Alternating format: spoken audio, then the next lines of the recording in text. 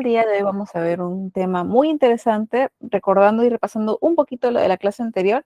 Vimos acerca de enfermedades crónicas, algunos aspectos generales, vimos el sobrepeso, la obesidad, la diabetes, los factores, es decir, las causas y consecuencias de estas enfermedades, cómo prevenirlas, que muchos de los factores eran prevenibles. Así que el día de hoy vamos a ver como el capítulo número 2 de lo que viene a ser enfermedades crónicas. Voy a compartir lo que viene a ser el material del día de hoy. Listo, ya se está visualizando. Como les estuve mencionando, el día de hoy veremos otras enfermedades crónicas, las cuales serán hipertensión, algunas dislipidemias y también lo que viene a ser la gastritis. La importancia de este curso es más que nada por la prevalencia que existe de estas enfermedades crónicas con respecto a la población peruana. Y también a nivel latinoamericano, cabe resaltar que los índices, o mejor dicho, la prevalencia en la población adulta es constante, es inclusive poco a poco va aumentando año tras año y eso es preocupante, ¿no? Entonces, el día de hoy vamos a ver acerca de esas enfermedades crónicas. Si es que recién se está incorporando al curso de nutrición y dietética, soy Anela Morales, especialista en nutrición y dietética, y veremos nutrición aplicada en enfermedades crónicas. Veremos acerca de la definición, la frecuencia, es decir, qué tan seguido o qué tan frecuente es ver en la población peruana a alguien con alguno de estos diagnósticos, ¿no? Tanto de la hipertensión, de las dislipidemias y también de la gastritis. Vamos a ver los tipos, en el caso de dislipidemias, porque hay varios tipos, y también los factores, ¿no? Lo que viene a ser nuestro arbolito de causas y consecuencias.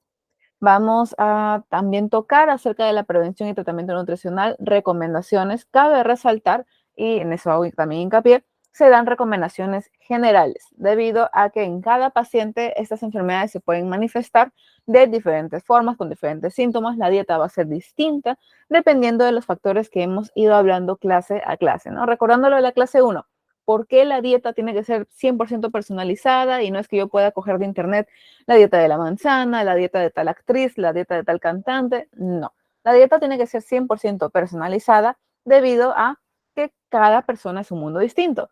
Varía según la edad, el sexo, el peso, la talla. Con el peso y la talla que obtengo, lo que viene a ser el índice de masa corporal, el IMC, que inclusive en la clase anterior estuvimos aprendiendo un poquito a calcularlo también. Varía según si es que el paciente tiene, aparte de esa patología, alguna otra patología al mismo tiempo, es decir, una enfermedad concomitante. También varía dependiendo de las costumbres del paciente, de qué alimentos él puede ser alérgico o intolerante, o qué alimentos acostumbra a comer, cuáles no. Entonces, hay muchos factores. Y uno muy importante, la actividad física, ¿no? Recordemos que la actividad física hace que también aumente o disminuya el aporte o la necesidad energética que tiene el organismo. Entonces, lo que come un deportista élite va a ser muy distinto a lo que comemos nosotros, que quizás hacemos trabajo de oficina, estamos sentados durante todo el día, algún trabajo administrativo. También ese trabajo, la actividad física que realiza un trabajador de oficina es muy distinta a la que haga un trabajador de construcción, por ejemplo. Entonces, varía mucho según también la actividad física y otros factores más, ¿no? Es por eso que la dieta 100% personalizada. Así me pongan, profesora, tengo este peso, tengo esta talla, ya. ¿Cuál es mi dieta? Varía según muchos aspectos, ¿no? Es por eso que siempre se tiene que, en estos casos, acudir a un centro de salud para poder ser atendido por un nutricionista. Vamos a tener, y eso sí voy preguntando en la sala mientras hacemos la actividad, que el día de hoy es bastante cortita. ¿Desean que las preguntas se den como hicimos la clase anterior? Es decir, que explicábamos una diapositiva y daba paso a las preguntas, iba leyendo las preguntas, ¿no? Y iba respondiendo, de ahí la siguiente diapositiva y de esta manera. ¿Prefieren que sea tipo como que de 9:15 a 9:30 responder todas las preguntas que se han ido acumulando? ¿Prefieren que sea, bueno, tenemos más que nada esas opciones? Deseo saber cómo es que ustedes se acomodan, cómo sienten más dinámica lo que viene a ser la clase del día de hoy. Entonces, voy a estar al tanto de sus opiniones por medio del chat, en lo que también presento lo que viene a ser el final de nuestro índice, que es la bibliografía, ¿no? Si es que por ahí tienen alguna curiosidad acerca de alguno de los temas tocados, tenemos también la bibliografía. Y Vamos a pasar entonces con la actividad del día de hoy. Demostremos lo que sabemos. Recuerden, esto es más que nada para aprender, para saber qué tanto conocemos del tema. Si no conocemos, si nos equivocamos, no se preocupen. Si es que nos falta el tiempo, no se preocupen que este enlace va a estar disponible hasta el final de nuestro curso. Entonces, voy a compartir. Si bien es cierto, es el mismo enlace que ven en la diapositiva, pero les voy a mandar por medio del chat para que así ustedes puedan acceder. Bien, vamos a mandarlo por aquí. Voy a irlos leyendo con respecto a la consultita que les he mencionado, ¿sí? Si es que prefieren que las preguntas sean, se explica una diapositiva, se da paso a las preguntas y así consecutivamente, o prefieren que las preguntas se den al finalizar lo que viene a ser la clase, ¿no? Es decir, damos unos 10-15 minutos para poder responder la mayor cantidad de preguntas posibles. Me avisan cuál se les hace más cómodo, cuál se les ha hecho más dinámico o de cierta forma más interesante, ¿no? Entonces, les voy a compartir el enlace y voy a compartir también mi pantalla para que puedan visualizar de qué trata la actividad del día de hoy. Es una bastante lúdica, muy bonita y que realmente les puede ayudar. Cabe resaltar con respecto a su evaluación que tienen el día de hoy, que justo la coordinadora mencionó, ¿no? Ahí ya pronto cada vez falta menos para que puedan abrir lo que viene a ser su examen para el certificado. Entonces, esto les puede ayudar bastante, ya sea que para evaluar sus conocimientos previos, después de la clase, para ver qué tanto hemos aprendido, o quizás antes de dar nuestra evaluación, podríamos darle una pequeña chequeada a esta actividad para poder así refrescar los conocimientos aprendidos, ¿no? Esta es una actividad muy corta, es más que nada como en un formato de crucigrama, si es que hemos escuchado acerca de esta actividad que suele verse en periódicos o a veces venden revistas con varios crucigramas, varias pupiletas. Entonces, esto es la versión virtual de esa actividad. No es necesario crearse cuenta, loguearse ni nada por el estilo, no se preocupen, simplemente le damos clic aquí al botón de comenzar. Sale aquí mi nombre debido a que yo sí tengo una cuenta para hacer las actividades, ¿no? Es opcional si quieren poner su nombre, si no quieren poner su nombre, no hay problema. ¿Por qué lo menciono? En el caso de que pongan su nombre, van a salir aquí en el top 10 de resultados, ¿no? Que hay algunos de sus compañeros de otros cursos que hemos abierto aquí en ITEC que también han realizado esta actividad y que han quedado por aquí en el podio, ¿no? Entonces, si es que somos un poquito competitivos, pues pueden poner su nombre y simplemente darle clic a comenzar. O si es que no quieren poner su nombre, quieren hacerlo anónimo, no sé, profesor, a veces que me equivoque mucho y salga muy abajo de la tabla, no quiero poner mi nombre. No te preocupes, solamente tienes que colocarle aquí al botón de comenzar. Inclusive ahorita le voy a dar a comenzar para que puedan visualizar la actividad, de qué se trata. Ya, mencionan por aquí que las preguntas son respondidas durante la clase. Y con respecto a las preguntas, si es que se dan como hicimos la clase anterior, que fue explicar una diapositiva y dar paso a las preguntas, se agilizaría un poquito más si es que son más que nada escritas, cosa de que yo dejo de compartir o en todo caso abro lo que viene a ser el chat de la videoconferencia y inmediatamente puedo ir visualizando las preguntas, ¿no? En cambio, a veces el micrófono a veces no tenemos los accesos, a veces demora un poquito, ¿no? En poner habilitar, porque a veces te pide, ¿no? Desea permitir que esta aplicación use tu micrófono, use tu cámara, ¿no? Todo ello. Entonces, como que eso a veces tarda, hace que demore un poquito y en lo que espero a que una persona haga la pregunta, también hay varias que están pendientes. Entonces, de ser así, sí se recomendaría que fuera mejor por escrito, a modo más que nada de agilizar, porque casi siempre suelen salir muchas consultas, muchas preguntas que realmente tengo el deseo de poder responder cada una de ellas, ¿no? Entonces, por el momento me colocan que las preguntas mejor sean durante la clase. En la clase anterior hicimos de esa manera, explicamos una diapositiva, ¿no? Acerca de una parte del tema y de ahí se iban leyendo las preguntas o comentarios de cada una de las diapositivas y así íbamos avanzando. Lo que hicimos en la clase número 2, sí, en la clase número 2 fue lo opuesto. Hicimos la clase tal cual y dimos 10-15 minutos para poder responder las preguntas. Entonces, está entre estas dos opciones. ¿Prefieren que las preguntas se den al finalizar la clase o prefieren que sea en diapositiva, preguntas, diapositiva, preguntas? Yo me acomodo perfectamente a ambas, solamente me avisan por medio del chat, ¿sí? Voy a dar clic a comenzar para que puedan visualizar cómo es la dinámica de esto. No voy a resolver, tenemos el tiempo y acá tenemos la pregunta. Consecuencia de la gastritis. Uno va dando clic a cada uno de estos y te pone la pregunta. Doy clic a este también y me da la pregunta y así. Yo solamente doy clic y automáticamente me sale la pregunta y escribo. Un ejemplo, pongo aquí hola, pongo hola. Entonces, automáticamente se digita la respuesta. Entonces, no es necesario hacerlo en orden. Ojo, por ejemplo, si es que algo ocurre esto ya. Un ejemplo, si es que quizás yo no quiero responder esta pregunta, pero no me puso esta de aquí. No quiero responder esa, primero quiero responderla de acá, o pienso que esta de aquí me va a salir más rápido porque es cortita. Le doy clic y doy inicio y pongo la respuesta. No es necesario hacerlo en orden. Tienen un cierto intervalo de tiempo, son más o menos unos, me parece que fueron unos 5 minutos lo que puse. Sin embargo, si es que les queda corto el tiempo o sucede algo, no se preocupen, pueden volver a ingresar para poder hacerlo lo más rápido posible. Y quién sabe, si es que somos competitivos, los invito a colocar su nombre a modo de que puedan salir en el top 10 de resultados. Bien, entonces voy a cerrar esto, no les voy a dar más pistas porque por aquí ya les he mostrado alguna de las respuestas, así que voy a cerrar esta ventana y voy a volver a compartir el material. Vamos a ver, listo. Me colocan por aquí, muy buenas noches. No se escucha, por favor, me confirman por medio del chat si es que se me escucha bien, por favor. Parece que haya habido algún problema con mi audio. Me colocan diapositiva pregunta para que no se nos olvide la pregunta. Sí, suele pasar. Sí, a veces era como que, bueno, en mi caso, cuando tenía clases virtuales, recuerdo que yo lo escribía en un papel y apenas decían, listo chicos, tienen tantos minutos para las preguntas. Y yo tipeando todas las preguntas posibles. Entonces, bien. Por el momento está ganando él durante la clase. Me parece muy bien. Más bien, por favor, también me confirma si es que se me escucha bien, si es que, no sé, hay alguna interferencia, se me escucha entrecortado. Me avisan, por favor, porque vaya a ser que esté brindando la clase y se esté grabando nada, o sea, que no se escuche. Se escucha bien, me colecan. Ok, igual por ahí pueda que falle un poquito nuestro audio. No se preocupen que la clase está siendo grabada y la coordinadora luego se encarga de subirlo, ¿no? De poder enviarles el material, no tanto el material como también lo que viene a ser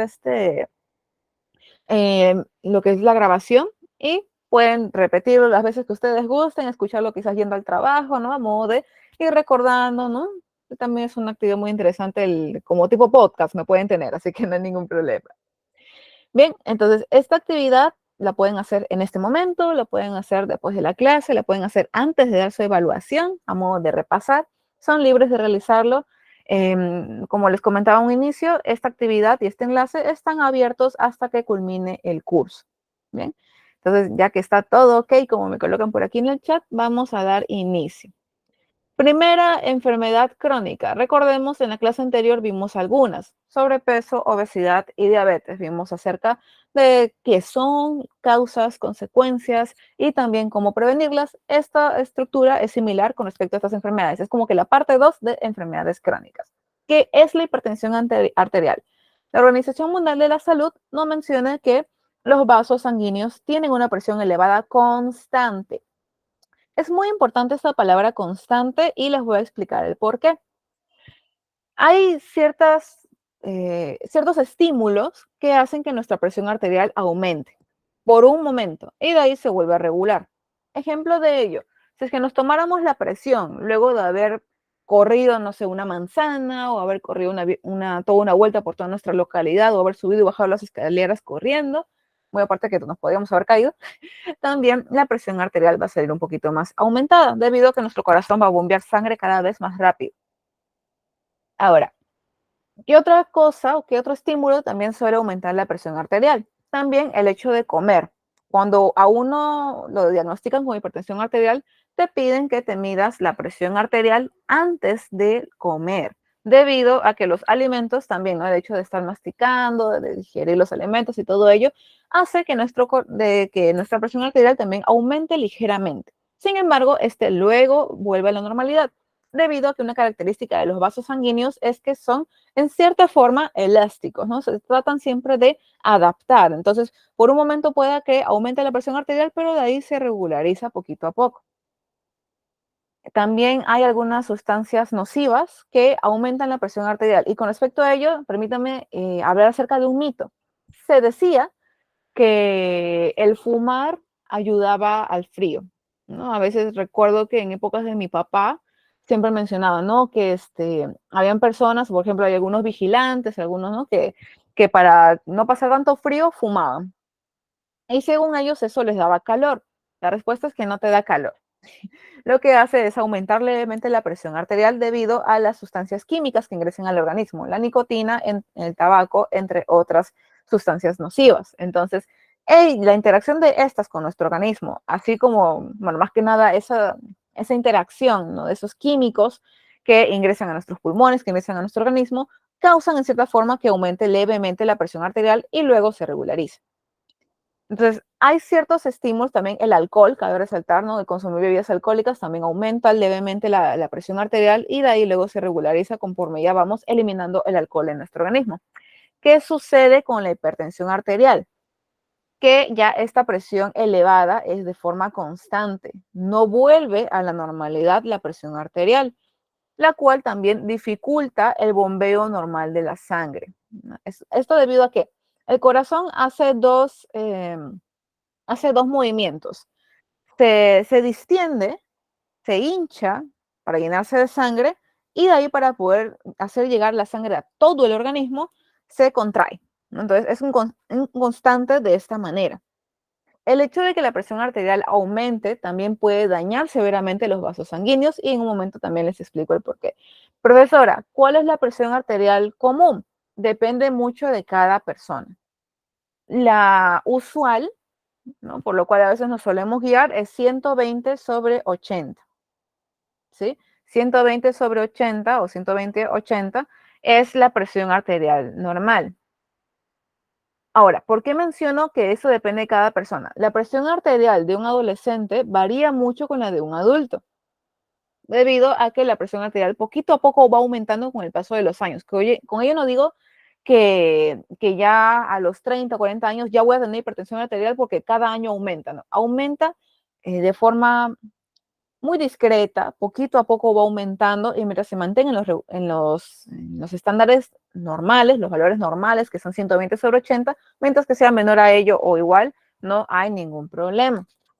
¿Ok? Entonces, inclusive se habla que la presión arterial antiguamente, hablo ya de hace 20, 30 años, la hipertensión arterial era una enfermedad común en la población adulta mayor, debido a que ya a sus 60, 70, 80, 90 años, ya los vasos sanguíneos ya no son tan elásticos como antes, ya el corazón no tiene la misma fuerza. Entonces, es por ello que por ahí se hablaba de que la hipertensión arterial era una enfermedad netamente para los adultos mayores. Actualmente ya vemos que ya no es así. Ahora podemos ver a personas de 20, 30, 40 años diagnosticados con hipertensión arterial, debido a los factores que más adelante vamos a explicar, ¿no? Entonces, con respecto a ello, también hablamos que está relacionada a muchas enfermedades crónicas como también obesidad y diabetes. Es decir, y recordemos un poquito lo de la clase anterior. Paciente con obesidad, ¿cuál era la consecuencia? Recordemos que la obesidad es una enfermedad inflamatoria crónica que el tejido adiposo que nosotros tenemos en diferentes partes del cuerpo se va inflamando. Ello repercute negativamente en funciones como lo que viene a ser de nuestro sistema cardiovascular. Es decir, ya las arterias y las venas no van a tener el mismo calibre, el mismo diámetro, sino que se van a ver un poquito estranguladas por el tejido adiposo y también por las sustancias que puedan estar corriendo en la sangre, ¿no? Hablamos también de la posibilidad de tener colesterol elevado, triglicéridos elevados, glucosa elevada. Entonces, debido a todo ello, hace que de lo que tenía este espacio para pasar la sangre, ya tiene menos. Y al tener menos espacio, ¿qué va a hacer? Y el corazón bombea con la misma presión, ¿qué sucede? Este vaso va a ser sometido a más presión arterial. Un ejemplo, tenemos este círculo es mi vaso sanguíneo, ¿ok? Y la sangre, como les comentaba, es bombeada por el corazón a una cierta fuerza, de tal forma de que llegue hasta aquí, desde aquí hasta la punta de los pies. Bien, entonces, ¿qué sucede con este vaso sanguíneo? Va a soportar una cierta presión arterial, ¿no? Porque la sangre va a correr con una cierta fuerza, con una cierta velocidad. ¿Qué sucede si es que por aquí se aloja, un ejemplo, se alojan los triglicéridos, se quedan aquí? ¿Qué va a pasar? Ya no va a tener el mismo espacio, este se va a ver reducido. Al tener menor tamaño el vaso sanguíneo, ¿qué va a suceder? La sangre va a pasar a una velocidad de tal forma que ese vaso sanguíneo va a soportar mayor velocidad de lo que solía soportar. O sea, ya no va a ir, por un ejemplo, digamos que va a 5 metros por segundo. Un ejemplo de velocidad, ¿no? Ojo, no estoy diciendo netamente que la sangre va a esa velocidad, ¿no? Va a 5, ¿no? Soporta 5 metros por segundo. Debido a que se va a disminuir el tamaño, va a soportar más. Va a tener que soportar 10 metros por segundo, que es más veloz. Es decir, va a ejercer más fuerza a lo que viene a ser este vaso sanguíneo, ¿no? Va a ejercer mucha más fuerza y eso va a dañar poco a poco a ese vaso sanguíneo. Si bien es cierto, como les fui comentando, los vasos sanguíneos de nuestro organismo son en cierta forma elásticos, ¿no? Siempre se tratan de adaptar todo por el bienestar de nosotros. ¿Cuál es el detalle cuando ya lo tenemos a mucha presión elevada y que esto sea constante, que no llegue a un punto en el cual vuelvas a la presión arterial normal? El vaso sanguíneo se va a ir dañando poquito a poco, ya no va, el corazón va a tener que bombear mucho más fuerte, eso se da especialmente en casos como estas patologías, ¿no? Una patología inflamatoria como la obesidad o la presencia de triglicéridos o colesterol elevado en sangre o de glucosa también en sangre, pues también se habla de que la diabetes tiene como consecuencia también una afección negativa con respecto a los vasos sanguíneos y esto se traduciría a una hipertensión arterial, ¿no? Entonces, em, ahora, ¿cuál es la presión que solemos considerar que ya puede que el paciente tenga una hipertensión arterial? 140/90 ya se consideraría como una presión arterial alta. Y que si esta es constante, ya se le podría llegar a diagnosticar al paciente como con hipertensión arterial. Ojo, este diagnóstico sí lo suele hacer en realidad el médico. Nosotros, como el área de nutrición, solemos apoyar en las medidas tanto preventivas como también terapéuticas con respecto a la alimentación. El hecho de que esté relacionado a estas enfermedades crónicas también aumenta la morbimortalidad del paciente. Estamos hablando de nuestro sistema circulatorio. La sangre, ¿qué es lo que lleva? No solamente lleva alimento, no solo lleva nutrientes, lleva oxígeno. ¿Qué sucede si es que hay una parte de nuestro cuerpo que no se oxigena adecuadamente? Va a fallar, no va a estar adecuadamente oxigenada y eso va a repercutir negativamente en el funcionamiento de este órgano o en todo caso también de este sistema y que puede llevarlo inclusive a enfermedades mucho más peligrosas. Entonces, la hipertensión arterial no es solamente un diagnóstico, no es que, uy, es que soy muy enamoradizo y es por eso que mi presión arterial es elevada. No, señoras y señores, la hipertensión arterial es algo muy a tomar en cuenta de que muchas de las causas y consecuencias que vamos a explicar en un momentito, muchas de ellas realmente se pueden prevenir. Todo depende de nosotros. Ahora, voy a observar si es que por aquí también colocan sus preguntas, si es que hay alguna pregunta, alguna consulta con respecto a esta primera parte, que es técnicamente el concepto de qué es la hipertensión arterial, para de ahí ya pasar a las causas y consecuencias. Me avisan, por favor, si es que por ahí hay alguna duda.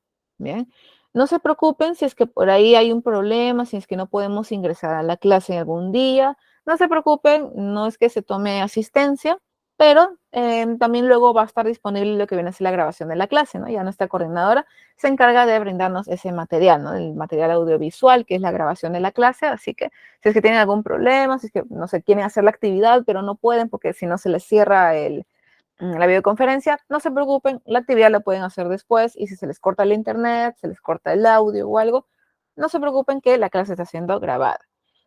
Más bien, me avisan, me parece que por el momento no hay ninguna pregunta con respecto a este concepto de qué es la hipertensión arterial, entonces vamos a continuar.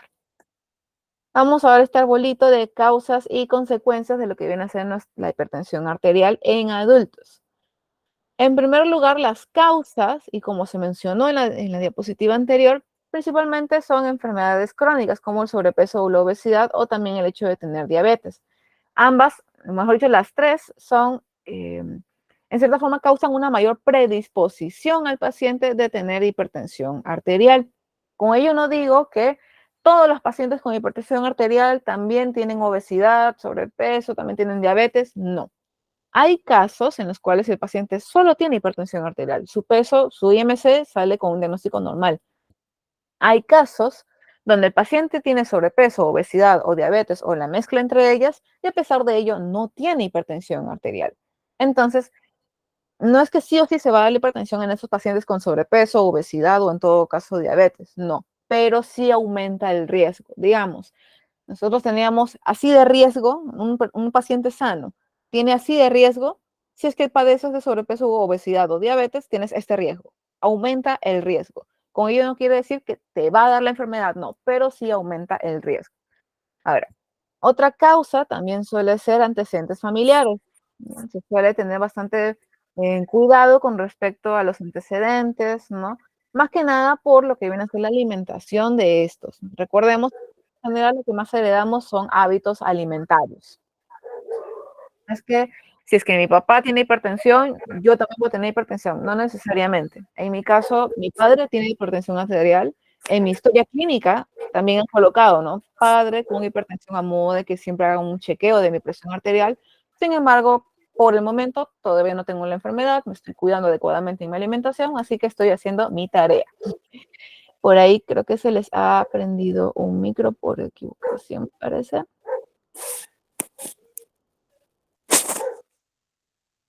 Ah, ok. No se preocupen, que suele pasar. En mis clases también en la universidad solía pasar que se prendía el micro, se prendía la cámara, pasaban muchas cosas. ¿Sí? No se preocupen. También otra causa, mejor dicho, de lo que viene a ser la hipertensión arterial es el sedentarismo. Se ha demostrado que la mayor parte de pacientes, por no decir el 100%, pero sí un gran porcentaje de los pacientes con hipertensión arterial suelen tener hábitos sedentarios, no suelen hacer actividad física. Y también se ha demostrado, por el contrario, que personas que hacen actividad física tienen una menor predisposición a padecer de la hipertensión arterial, debido a que están, en cierta forma, gracias a la actividad física, ayuda también a proteger el sistema cardiovascular de esta y otras enfermedades. Continuando con las causas, tenemos el alto consumo de sal en la dieta. Muy importante, muy a tomar en cuenta el alto consumo de sal en la dieta. No se preocupen que cuando veamos recomendaciones también vamos a ver cuánto de sal es lo que OMS recomienda, de sal, de azúcar. Eso también está más adelantito, ¿sí? Porque sí, surge esa pregunta de, uy, profesor, entonces, ¿cuánto de sal tengo que comer? En pacientes sanos hay una cierta cantidad y en pacientes ya con hipertensión se varía un poquito la medida. También el estrés se ha demostrado que también repercute negativamente en el paciente, en tal forma que lo predispone un poco más a lo que viene a ser la hipertensión arterial en adultos, ¿no? Recordemos que cuando estamos con estrés, ¿qué es lo que secretamos? Muy aparte de cortisol, también secretamos lo que viene a ser la adrenalina, estamos así al tanto, si estamos estresados, queremos hacer una cosa tras otra, ser multitasking, como se suele hablar, ¿no? De este término. Entonces, eso hace en cierta forma que también tu presión arterial poco a poco aumente, ¿no? Inclusive, si es que en algún momento estamos en una situación estresante, podemos tocarnos por un momento por aquí y vamos a sentir cómo palpita rápidamente. Hay personas que inclusive el ojo les suele palpitar un poquito, ahí sí tener bastante cuidado. También otra causa, y ocurre algo similar con el sedentarismo. La mayor parte de pacientes con hipertensión arterial se ha demostrado que tienen un bajo consumo de fibra hasta que son diagnosticados y se les da la dieta. Y por otro lado, un consumo de fibra adecuado, que justo lo vimos en la clase anterior. A ver si recuerdan la cantidad. La mencioné varias veces, pero quiero ver qué tanto recordamos de la clase anterior. Vamos a ver. ¿Cuánto de fibra se recomienda comer diariamente? Lo mencioné una que otra vez, sin embargo, si es que lo recordamos, muy bien. Si no, no se preocupen que también yo lo voy a mencionar en este momento. Con respecto, no es que haya un control exacto acerca de esta hormona, es una respuesta ante una situación de estrés. Lo que sí podríamos controlar es qué tanto nos afecta esa situación estresante. Para ello también se suele recomendar el área de psicología que ayuda en cierta forma a también controlar las emociones. No está mal tener emociones, sino no saber llevarlas adecuadamente y que estas nos afecten negativamente. No es que hay algo exacto para poder controlar el cortisol, no. Más que nada es controlar esas situaciones estresantes que nos pasan en realidad a todos, ¿no? Muy bien, 25 gramos como mínimo. Muy bien, estimada estudiante, estuvo al tanto de la clase del día anterior, de la clase del día viernes. El consumo de fibra, la recomendación por la Organización Mundial de la Salud es de 20, 25, inclusive entre 25 y 30 gramos de fibra por día. ¿Los peruanos lo cumplimos? Al menos acorde a estadísticas del Instituto Nacional de Estadística e Informática, INEI, en realidad se ve un 10 a 15 gramos como máximo de fibra. No todos los peruanos suelen consumir el requerimiento de fibra necesario. Eso también se ve cuando hablamos con varios pacientes y nos mencionan que son estreñidos, que el tracto gastrointestinal no les funciona adecuadamente, también como que tienen esa ansiedad en cierta forma de querer consumir un alimento tras otro, puesto que no comemos alimentos saciantes. Estos alimentos saciantes están conformados básicamente por fibra, entonces la fibra tiene muchos beneficios, pero a veces no los aprovechamos, a veces no la consumimos adecuadamente, en las cantidades adecuadas. Otras causas también, y como les fui comentando en esta diapositiva anterior, en la cual se habla de una presión elevada constante, hay ciertos factores que pueden elevarla momentáneamente, pero cuando ya este hábito nocivo se da de forma constante, también la presión arterial va a ir aumentando poquito a poco. Es decir, el consumo elevado de lo que viene a ser el alcohol y también el tabaco. Recordemos, dentro de su composición química hay varias sustancias nocivas que interactúan con el organismo y hacen que poquito a poco la presión arterial vaya aumentando. Y si nosotros no somos conscientes que quizás tenemos algún vicio, si es que no somos conscientes que debemos disminuir el consumo de estas sustancias nocivas, nos puede afectar negativamente. Entonces, ya hemos visto todas estas de aquí, todas estas 8 primeras causas se pueden prevenir realmente. Todas y cada una de ellas dependen de cada uno de nosotros, el manejo que le demos, el cuidado que nos demos. Antecedentes familiares, si bien es cierto, si es que tus padres tienen hipertensión, también tú tienes que tener un poquito de cuidado, pero eso no quiere decir que te va a dar hipertensión. Depende de los hábitos alimentarios que hayas heredado y qué vas a hacer al respecto, ¿no? En qué puedes mejorar y depende de ti, ¿no? Entonces, estas 8 primeras causas dependen de cada uno de nosotros. Las dos de aquí que tenemos aquí arriba quizás no dependen directamente de nosotros. La primera, falta de políticas regulatorias para el comercio de alimentos que no sean saludables. Recordemos, la mayor parte de snacks, de bocaditos salados y tal, tienen los octógonos de alto en sodio y también alto en grasas saturadas. Y a pesar de ello lo compramos, a pesar de ello los consumimos de forma interdiaria, 2, 3 veces por semana. Entonces, también depende, en cierta forma, de nosotros ver qué elegir, pero sí cabe resaltar que las medidas legislativas son un poquito flexibles con respecto a las empresas, debido a que ahí hay una especie de choque, ¿no? Entre lo que le hace bien a la población versus lo que la población a veces exige, que vienen a ser estos snacks con elevado contenido de sodio, de grasas, porque son agradables al paladar, pero también hay una especie de choque, se podría decir, de fricción con respecto a las empresas, ¿no? Las empresas inclusive no estaban muy de acuerdo con respecto a los octógonos, pero se vio que era por el bien de la población y por eso es que se aceptaron y se impusieron y la empresa tuvo que acotar.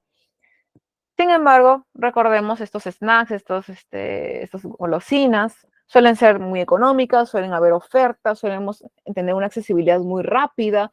Si es que yo salgo de mi casa, tengo por lo menos, y como les mencioné en la clase anterior, tengo aproximadamente unas 4 o 5 bodegas en las cuales puedo comprar estos snacks, salados como también dulces.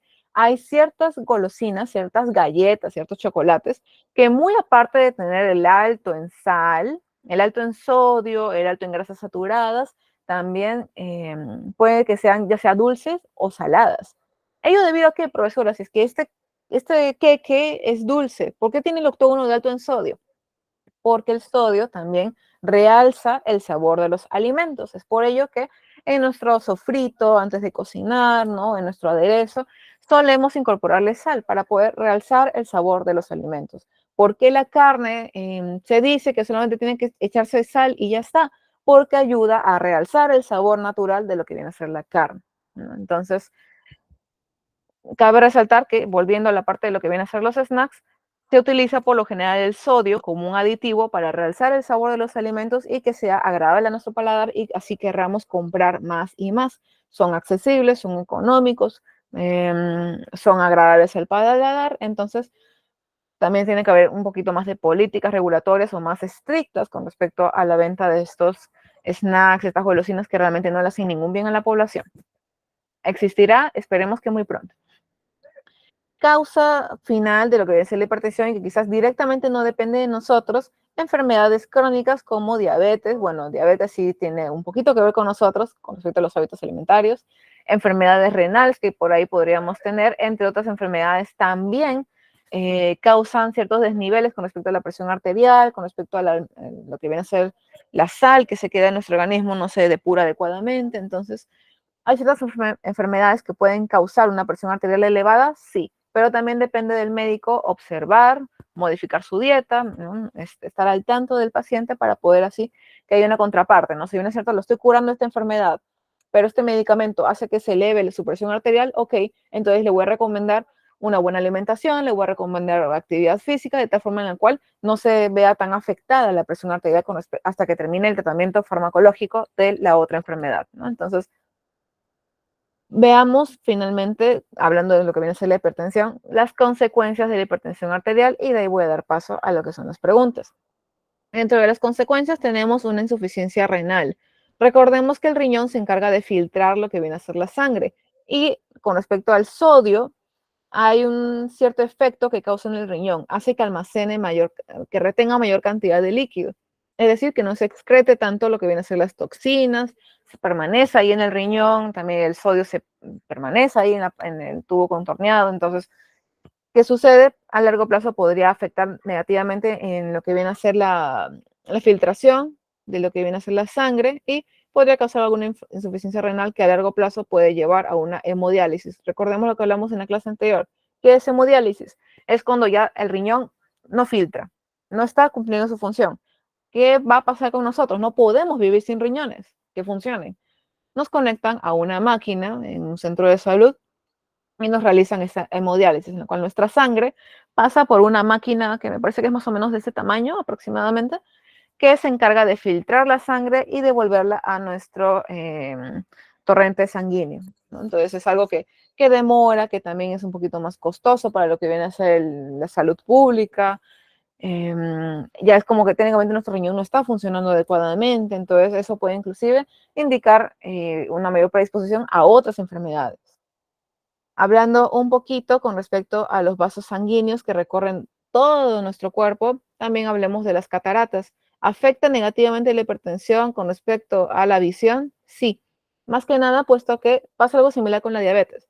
Los vasos sanguíneos que tenemos aquí en el ojo son muy delgaditos, son muy chiquitos. Entonces, un cambio, una variación en algo, en la presión arterial, en la concentración de glucosa en sangre, en la concentración de triglicéridos en sangre, va a afectar negativamente la visión también, en donde vemos efectos como cataratas y también ceguera.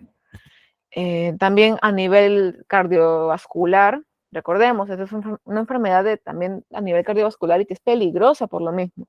También se ve una mayor predisposición a ataques cardíacos y derrames cerebrales. Repito, esto no quiere decir que todo paciente con hipertensión va a tener todas las consecuencias, no necesariamente. Si es que siga adecuadamente su tratamiento, a nivel farmacológico, a nivel nutricional, a nivel de actividad física, si lleva sus controles con frecuencia, si es que él monitorea adecuadamente su presión arterial, vamos a ver efectos positivos, vamos a ver que por ahí puede inclusive disminuir poquito a poco la presión arterial hasta quizás llevarlo a un rango aceptable, ¿no? Quizás no normal, pero sí más aceptable.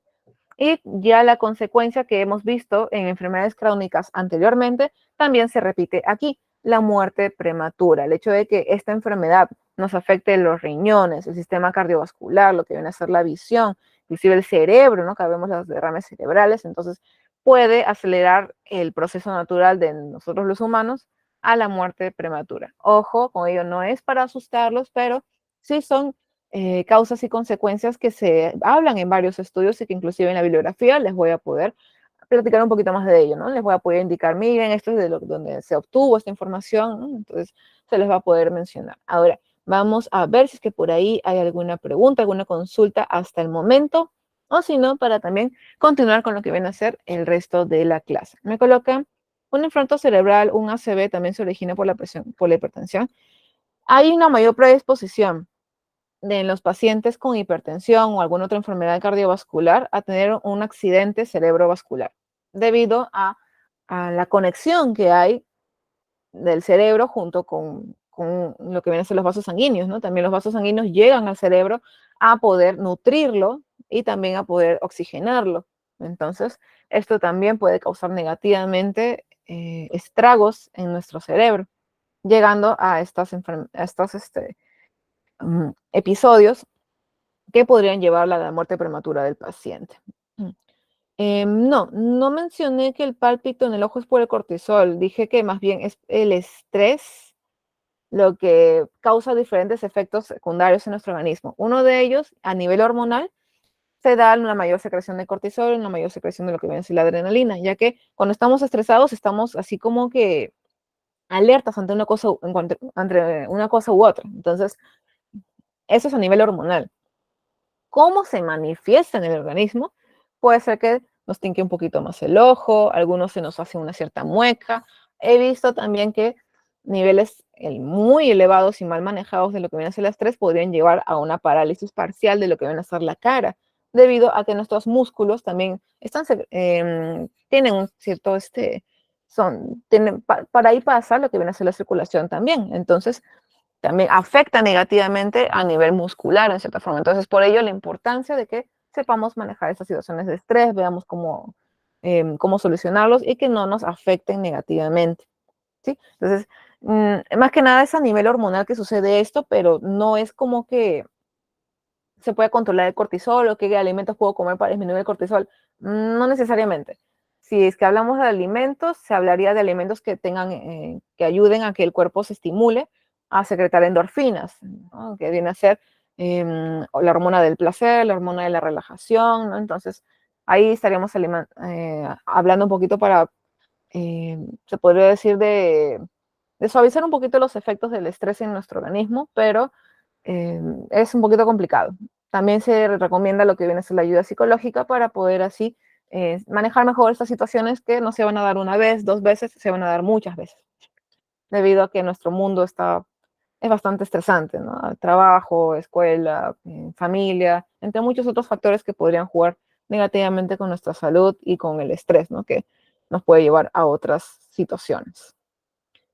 Me avisan si es que por aquí hay alguna otra consulta o duda, si es que hay algo que quizás no quedó muy claro para poder así volverlo a explicar. Si no, en todo caso, para continuar con nuestra siguiente enfermedad crónica. ¿Sí? Ahorita estamos viendo hipertensión, luego vamos a ver las dislipidemias, que son el elevado nivel de triglicéridos, elevado nivel de colesterol, y también, y ya para finalizar la clase, vamos a ver lo que viene a ser la gastritis. ¿A quién no le ha dado gastritis? Vamos a ver qué tan frecuente es esa enfermedad y también las dislipidemias en nuestra sociedad. Al menos aquí en Perú, ¿no? En otro país me imagino que la frecuencia va a ser distinta, pero al menos a nivel latinoamericano solemos estar muy cerca, los países latinoamericanos unos de otros con respecto a los valores. Bien, por el momento veo que no hay ninguna otra consulta o duda. Igual, no se preocupen que al finalizar, si es que da un cierto tiempito, se va a poder hablar un poquito acerca de los temas, ¿no? O si es que hay alguna consulta, no sé. Uy, justo me acordé de alguna pregunta sobre hipertensión, pero ya estamos en dislipidemias. No se preocupen, la pueden brindar de igual forma, ¿bien? Entonces vamos a continuar con la siguiente enfermedad crónica. Perdón, vamos a ver la frecuencia y de ahí vamos a ver la que viene a ser la siguiente enfermedad crónica. En hombres, de forma diagnosticada, lo encontramos en un 24% de la población. Y en mujeres diagnosticadas, encontramos en un 23%. Significativamente, la variación como que no es mucha, es un 1% que los difiere uno de otro. Y estas son cifras de INEI, que equivalen a un total de 5.5 millones de peruanos que sean mayores de 15 años. Profesora, ¿por qué mayores de 15 años? Hay pacientes que siendo adolescentes ya son diagnosticados con hipertensión arterial debido a los malos hábitos alimentarios, debido a uno u otro factor, debido a que quizás tienen alguna otra enfermedad concomitante. Entonces, hay pacientes de 15, 16 años que tienen hipertensión arterial, la respuesta es sí. Es por eso que ya no es una enfermedad del adulto mayor, es una enfermedad que podemos ver a cualquier edad técnicamente. En niños creo que casi no es muy frecuente, eso sí, pero al menos en adolescentes, en adultos jóvenes, ya se está viendo mayor frecuencia diagnosticada. Algo también un poco preocupante, bastante preocupante diría yo, que MINSA indica que solo el 68% de pacientes diagnosticados reciben tratamiento. Ojo, ni siquiera es que todos los pacientes diagnosticados, que vienen a ser 5.5 millones de peruanos, reciben tratamiento. Estos son diagnosticados, 5.5 millones de peruanos. Y ¿qué pasó con los no diagnosticados? Nunca van a ser tratados. E inclusive no se llega a cubrir estos 5.5 millones de peruanos, se cubre solo su 68%. ¿Dónde quedaría entonces el 32% restante que no reciben tratamiento? Puede que sea por deficiencias a nivel de lo que viene a ser la salud, a primer nivel, en lo que viene a ser la salud pública, que a veces no se da abasto el nutricionista, o a veces no hay suficiente personal para poder tratar a estos pacientes, no hay mucho monitoreo, el paciente puede que abandone el tratamiento, nosotros lo citamos, no sé, venga de aquí a 3, 4 meses, luego de esa evaluación para que también acuda a nutrición, no acuden, no hay monitoreo por parte de nutrición. A medicina, a veces acuden, pero a veces no, entonces ahí no hay un control adecuado de esta enfermedad para poder así sacar al paciente del cuadro clínico. Entonces, siempre tomar en cuenta y tener mucha reflexión con respecto a estas enfermedades crónicas y a lo que nos pueden afectar, ¿no? Estas consecuencias no son, no son algo ligero, en realidad puede repercutir mucho en lo que viene a ser nuestro estilo de vida, inclusive. Entonces, tengamos mucho cuidado, estimados estudiantes. Me permiten un segundito, voy a tomar agua y de ahí vamos a hacer lo que viene a ser las dislipidemias.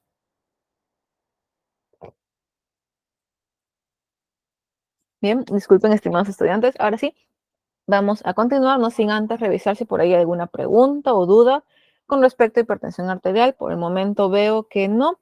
Igual, cualquier cosita, voy a estar al tanto con respecto a las preguntas del chat. Vamos a continuar entonces con las dislipidemias. Acorde a MINSA, nos habla que son alteraciones en sangre en concentración de lípidos. Recordemos que habían varios tipos de lípidos. Uno de ellos viene a ser el colesterol y los triglicéridos. ¿Son importantes en nuestra vida? Sí, pero en niveles adecuados. Ojo, ya sea en colesterol, hipercolesterolemia, triglicéridos, hipertrigliceridemia o ambos, que se llama también una dislipidemia mixta. ¿Hay pacientes que tienen colesterol y triglicéridos altos? Sí. Se menciona que inclusive los triglicéridos son un poquito más complicados de bajar comparado con el colesterol, pero en realidad se suele dar un tratamiento, si es que el paciente tuviera una dislipidemia mixta, el tratamiento ayuda con ambos diagnósticos, tanto como para colesterol como para triglicéridos. Ahora, algo muy importante, y quiero hablar también de un mito que se suele tener sobre las dislipidemias. Hay pacientes que son diagnosticados con una dislipidemia, colesterol o triglicéridos elevados, y nos dicen, pero yo no como grasa. Y es que no es que por no comer grasas no estamos propensos a dislipidemias, no es así. Si bien es cierto, ayuda un poquito a prevenirlo, pero también tiene que ver esto mucho con el excesivo consumo de carbohidratos. Recordemos, nuestro cuerpo, muy aparte de la forma de almacenar que es que tenemos normalmente en nuestro organismo, ¿no? Tenemos una cierta reserva de energía, tanto en el hígado como también en lo que viene a ser nuestro sistema muscular, ¿no? Nuestros músculos. También almacenamos energía de otra manera. Y lo que les sigo mencionando clase a clase, si yo consumo esto y solamente utilizo esto de aquí, el restante yo lo almaceno y el cuerpo busca dónde puede almacenarlo. ¿Ello dónde queda? En el tejido adiposo, ¿no? En diferentes partes de lo que viene a ser el cuerpo se hace el almacén de energía. Y ya cuando ya no sabe el cuerpo dónde puede guardarlo, porque ya tenemos cantidades considerables de lo que viene a ser tejido adiposo, ¿qué puede suceder? También se comienza a almacenar este colesterol, estos triglicéridos ya no se utilizan, simplemente están en el torrente sanguíneo caminando como si nada. Va a llegar un punto en el cual se van a adherir, acá tenemos un ejemplo de un vaso sanguíneo, aquí se van a adherir a las paredes del vaso sanguíneo, lo cual, ¿cómo afecta, profesor? Imaginemos que tenemos un caño. Bien, tenemos un caño y ese caño está tapado y no permite que pase el agua por la tubería y por tanto se va empozando. Lo mismo sucede en esta tubería, es decir, en nuestro vaso sanguíneo. Si es que hay restos de grasa, de lípidos, mejor dicho, ya sea colesterol o triglicéridos, no va a permitir el paso normal de lo que viene a ser la sangre. Va a no permitir el paso normal de la sangre, va a hacer que aumente la presión arterial y Inclusive este colesterol, estos triglicéridos, cuando se colocan en esta parte de aquí de lo que viene a ser el vaso sanguíneo, llega un punto en el cual se adhieren, no se mueven y van aumentando, se va almacenando ahí y van haciendo esta cavidad más estrecha, lo cual puede afectar negativamente en la salud del paciente, ya que hay mayor riesgo también de lo que justo mencionó uno de sus compañeros, uno de los estudiantes, acerca de un mayor riesgo al accidente cerebrovascular, ya que nosotros no controlamos dónde permanece esta placa ateromatosa de lo que viene a ser el vaso sanguíneo. Quizás este vaso sanguíneo corresponde a uno vital aquí para el cerebro. No va a permitir el acceso de sangre y mejor dicho, de oxígeno y de nutrientes al cerebro. Las consecuencias pueden ser fatales.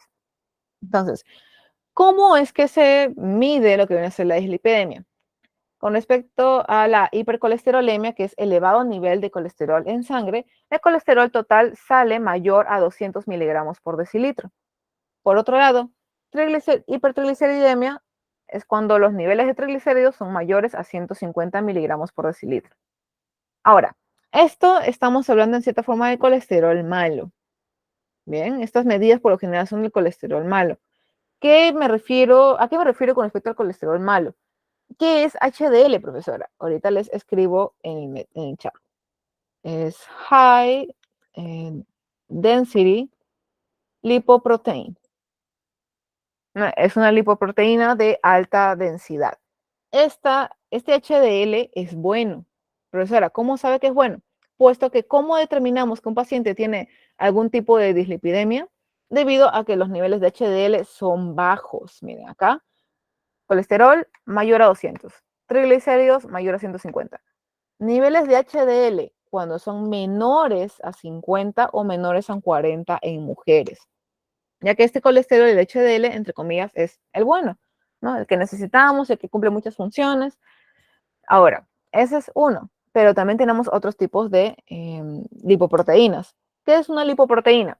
Es un compuesto entre un lípido y una proteína que cumple funciones distintas en el cuerpo, ya sea de transporte, ya sea que regula algo, ¿no? Entonces, tiene varias funciones. El LDL es el Low Density Lipoprotein. No se preocupen que ahorita estoy escribiendo, en lo que voy explicándoles, también les voy escribiendo estos términos para que los puedan tener ahí, ¿no? Este es y también existe el VLDL, el Very Low Density uy, Lipoprotein. ¿Bien? Entonces, estos son diferentes tipos de lo que vienen a ser los lípidos en sangre. Cada uno de ellos es necesario, pero en cantidades o mínimas o máximas. En el caso de HDL es un mínimo, debido a que a mayor cantidad de HDL va a hacer que haya menor cantidad de la grasa mala que viene a ser el LDL o VLDL también. Entonces, hay varias formas para poder determinar si el paciente tiene una dislipidemia. Claro está que ya todo ello sí depende del área médica, ¿no? También de los análisis que puedan hacer con respecto a ello. Me parece que es el perfil lipídico.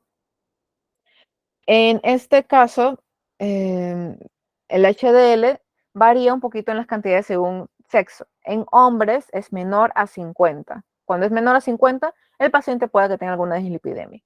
Y en el caso de mujeres es cuando es menor a 40. Profesora, ¿por qué la diferencia? Debido a que las mujeres tenemos mayor almacenamiento de tejido adiposo, de masa grasa en el cuerpo. ¿Debido a qué? Recordemos lo que vimos en la clase anterior. ¿Por qué la mujer tenía mayor predisposición a sobrepeso u obesidad? Debido a que fisiológicamente hablando nuestro cuerpo está adaptado a que esté en constante preparación a la comienza la concepción. Y para poder crear a un ser, ¿no? Que vaya creciendo poco a poco en nuestro vientre, necesitamos energía. Es por eso que la mujer tiende a almacenar mayores cantidades de tejido adiposo en el organismo. No sé si por ahí a veces nos ha pasado que sí, que no sé, se me almacena mucho tejido adiposo aquí en el brazo, en cambio a mi pareja o a mi hermano o a mi papá no le pasa eso, su brazo es delgado, quizás tiene un estómago, un abdomen bastante prominente, pero el brazo no pasa nada, porque a mí sí. Nosotras como mujeres tenemos, fisiológicamente hablando, y estamos adaptadas a almacenar mayor cantidad de tejido adiposo. Entonces es por ello que si nosotros tenemos mayor cantidad de tejido adiposo, entonces es por eso que el límite varía con respecto a sexo de HDL, ¿no? Esta es también una forma adicional para poder medir si el paciente pueda que tenga alguna dislipidemia, ¿no? Eso sí, no asegura que sí o sí tenga colesterol o sí o sí tenga triglicéridos elevados. Pero el HDL lo que sí ayuda es decir, el paciente puede que tenga alguna dislipidemia, entonces hay que hacer análisis más exhaustivos para ver qué tipo de dislipidemia podría estar cursando el paciente. Vamos a ver entonces la bolita de causas y consecuencias, no sin antes revisar más que nada las preguntas. Me colocan, ¿es una concentración elevada de colesterol y o triglicéridos o una concentración baja de colesterol de lipoproteínas de alta densidad? Exacto. Técnicamente ahí ha resumido más o menos lo que hemos hablado, ¿no? Lo que vienen a ser las dislipidemias es cuando hay elevadas cantidades de colesterol, triglicéridos en sangre, o también, y por el contrario, hay una menor concentración de esas lipoproteínas que sí son buenas. Inclusive, si buscamos en Google HDL y LDL, o ponemos grasa buena, grasa mala, nos van a poner al HDL como un angelito y al LDL o al VLDL como un debilito. ¿Debido a que niveles mayores a lo que vienen a ser estas medidas, estas cantidades, indicarían que el paciente en realidad está bien, está sano? Justo eso respondiendo a la pregunta que por ahí han dejado uno de los estudiantes, ¿cuáles son los niveles entonces de HDL normales? En hombres es cuando son mayores a 50 miligramos por decilitro y en mujeres cuando son mayores a 40 miligramos por decilitro. Por el contrario, ¿qué indica una dislipidemia? Cuando el HDL es menor a 50 miligramos por decilitro en hombres y menor a 40 miligramos por decilitro en mujeres, ¿no? Entonces ese es como que el límite. 50 en adelante de HDL, se podría decir que entonces el paciente está sano. 40%, más de 40 miligramos por decilitro en mujeres indicaría que el paciente está sano porque tiene cantidades adecuadas de HDL. Ojo, esta es una forma de diagnosticar. Hay muchas otras más y que ya el médico verá, según su criterio, cuál prevalece. Entonces, cuál es la que en cierta forma va a tomar en cuenta para el diagnóstico, ¿no? Eso sí ya depende de lo que viene a ser el área médica. Entonces, muy aparte de esas preguntas, vamos a ver si hay alguna otra. ¿Cuál es lo óptimo? Ah, ya, eso sí, justo ya está aquí. Entonces, si la dislipidemia es debido a que el HDL está bajo, eso es menor a 50, un nivel adecuado es cuando es mayor a 50 en hombres y mayor a 40 en mujeres. Ojo, estas medidas son relativas, por lo general se utilizan estas. Sin embargo, en algunos casos por ahí como que varía, no sé, en este laboratorio es 52, con este laboratorio es 43, ¿no? También cuando nos hacemos exámenes médicos, sea centro de salud, sea posta, sea clínica, siempre nos van a colocar valores del paciente y valores normales. Y por lo general nos van a cambiar el color o van a poner alguna indicación, alguna observación al costado de aquellos valores que no hayan salido normales, ¿no? Entonces, eso es lo bueno que, al menos lo que es el área de laboratorio, siempre colocan valores normales tanto. ¿Cuánto saliste tú? Esto. Entonces, ahí tú mismo también puedes ver y preguntarle al médico, ¿no? Disculpe, me ha salido esto elevado. Quiero saber cómo regularizarlo o a qué se debe, ¿no? Entonces, es por ello que colocan eso en los resultados del laboratorio. Vamos a ver si es que hay por ahí alguna otra pregunta. A ver, me parece que sí ya respondí las que me propusieron. Entonces, igual, no se preocupen si es que por ahí nos surge alguna duda, alguna consulta. Uy, justo me acordé de hipertensión. Esta palabra me hizo acordar de hipertensión y esta pregunta. No se preocupen, la podemos realizar. Yo voy a estar dispuesta y al tanto de sus consultas para poder resolverlas. Bien, vamos a ver las causas y consecuencias. Ya nuestra segunda y penúltima enfermedad crónica que veremos esta noche. Tenemos causas de las dislipidemias en adultos.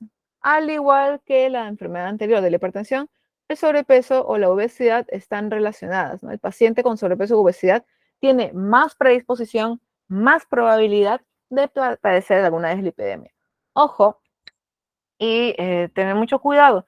El que uno tenga una contextura delgada, y eso ha pasado, no quiere decir que el paciente sea sano. Hay pacientes que no tienen sobrepeso u obesidad, tienen su peso normal y sale que tienen triglicéridos elevados o que tienen colesterol elevado también, o ambos inclusive. Entonces, no nos engañemos tampoco o no nos dejemos llevar por el peso a ciencia cierta. Hay pacientes con sobrepeso que no tienen ninguna otra enfermedad debido a que se les diagnosticó adecuadamente, el paciente está siguiendo el tratamiento, está bajando de peso adecuadamente, se siente más sano, ¿no? Entonces, como hay otros pacientes que no tienen sobrepeso u obesidad, o diabetes, o hipertensión, pero sí tienen dislipidemias. Y eso también es netamente con los malos hábitos alimentarios o los antecedentes familiares. Con antecedentes familiares, ¿a qué me refiero?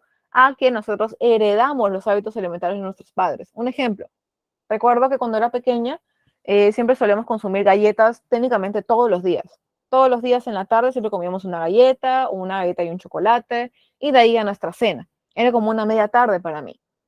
Poco a poco me fui informando, fui estudiando de por sí la carrera, fui aprendiendo acerca de cómo mejorar los hábitos alimentarios, y a pesar de que mi papá tiene, muy aparte de hipertensión, también tiene triglicéridos y colesterol, a pesar de ello, yo por el momento no tengo ese diagnóstico, ¿no? Justo me hice análisis bioquímicos la semana antepasada, si mal no recuerdo, y salió todo normal, que todo estaba bien, yo estaba totalmente sana.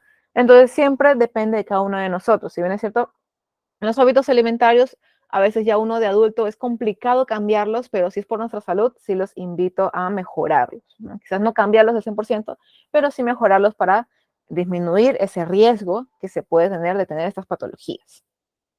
Continuando, también otra causa también es la diabetes, ¿no? Igual que sobrepeso u obesidad, la diabetes también ayuda, o mejor dicho, aumenta la predisposición de los pacientes a tener dislipidemia. Repito, no todos los pacientes con diabetes tienen dislipidemias. Hay pacientes que solamente tienen dislipidemia y tienen peso normal, su presión arterial está bien, lo único que tienen es diabetes. Entonces, mayor énfasis a poder tratar esa enfermedad para que pueda ir saliendo del cuadro clínico también de eso, ¿no? Entonces, no nos dejemos llevar ni por el peso, ni por los antecedentes, ni por las enfermedades que puedan tener. Pero eso sí, el tener diabetes, digamos que si el paciente sano tiene así de probabilidad de tener una dislipidemia, el paciente con diabetes aumenta esa probabilidad, ¿no? Eso es lo que sucede también con el sobrepeso y la obesidad. Un paciente sano con un peso normal tiene esto de probabilidad. El paciente con sobrepeso u obesidad tiene más probabilidad.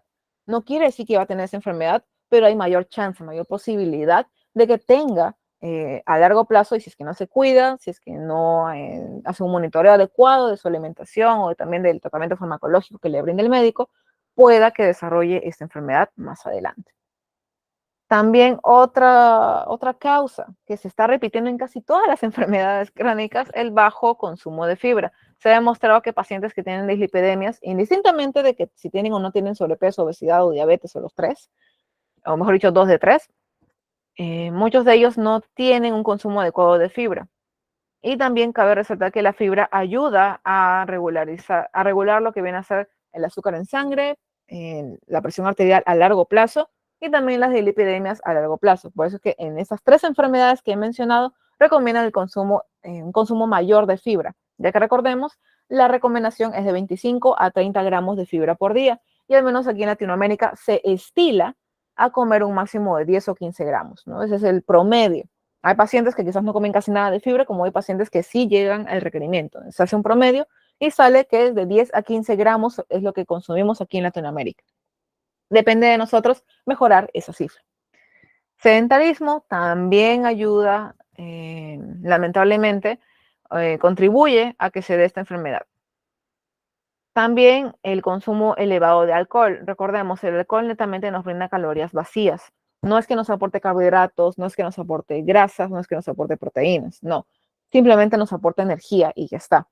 Entonces, es por eso que también se le llaman calorías vacías. Y este consumo elevado, excesivo de lo que viene a ser el alcohol, también puede predisponer al paciente de tener alguna dislipidemia. Ahora, hablemos un poquito de este de aquí, quizás dependa un poco de nosotros, como también pueda que no. El uso de esteroides, que en muchos casos suelen utilizar algunas personas para poder marcar un poquito más, para poder también formar mayor cantidad de músculo, ¿no? Quiero aumentar mi volumen muscular, y mi masa muscular y todo ello. Y a veces recurren a estas ayudas hormonales. Recordemos, los esteroides son hormonas. Las hormonas, muchas de ellas tienen origen lipídico, es decir, de grasas.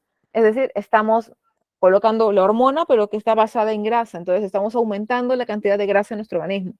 Hay pacientes que, a pesar de que tienen una actividad física adecuada, a pesar de que tienen un peso adecuado, un IMC adecuado, sale que tienen alguna dislipidemia.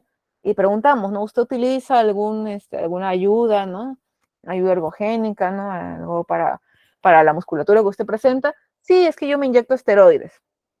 Y eso también ayuda, repercute negativamente en el paciente y le aumenta la prevalencia de estas lipidemias. Es como que estamos colocando mayor cantidad de grasa a nuestro organismo de lo que de por sí naturalmente secretamos esa hormona.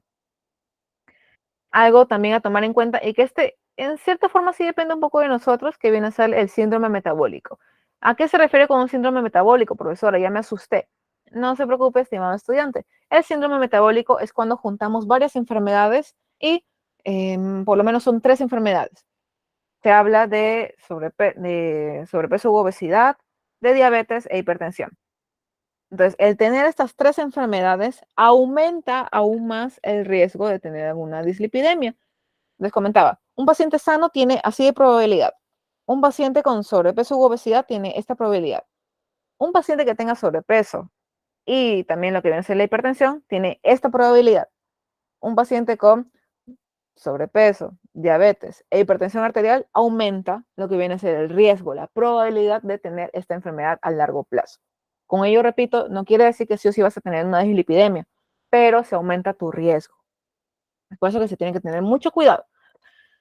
Una causa que no depende directamente de nosotros también es la falta de políticas regulatorias en el comercio de alimentos no saludables, las frituras, los carbohidratos refinados, los chocolates, las golosinas, los queques industrializados, todo ello solemos encontrarlo más barato, con un sabor muy rico y solemos encontrarlo en